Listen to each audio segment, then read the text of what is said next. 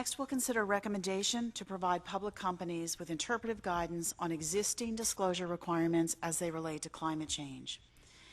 An interpretive release, as this is known, does not create new legal requirements or modify existing ones. It is merely intended to provide clarity and enhance consistency.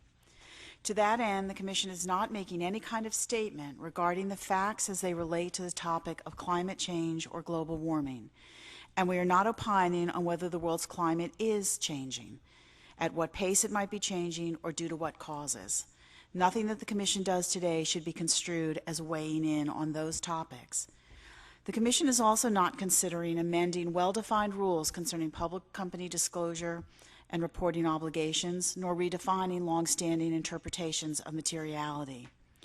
These rules and interpretations have served investors well for decades and provide both the framework and flexibility necessary to apply to changing facts and circumstances.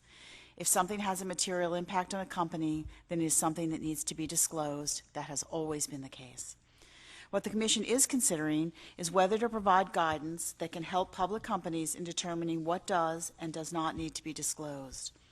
The discussions, debates, and decisions that are taking place in the U.S. and around the world on this topic have implications under our existing long-standing disclosure rules.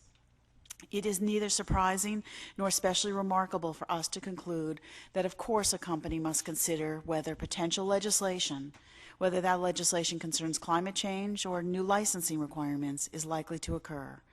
And if so, then under our traditional framework, the company must then evaluate the impact it would have on the company's liquidity, capital resources, or results of operations, and disclose to shareholders when that potential impact will be material. Similarly, a company must disclose the significant risks that it faces, whether those risks are due to increased competition or severe weather. These principles of materiality form the bedrock of our disclosure framework. Today's guidance will help to ensure that our disclosure rules are consistently applied regardless of the political sensitivity of the issue at hand, so that investors get reliable information. I'd like to thank the staff who worked on this project and gave us a great result from the Division of Corporation Finance. Thanks to Meredith Cross, Shelley Parrott, Jim Budge, Mike McTiernan, Jennifer Zabralka, Lily Brown, and Robert Errett.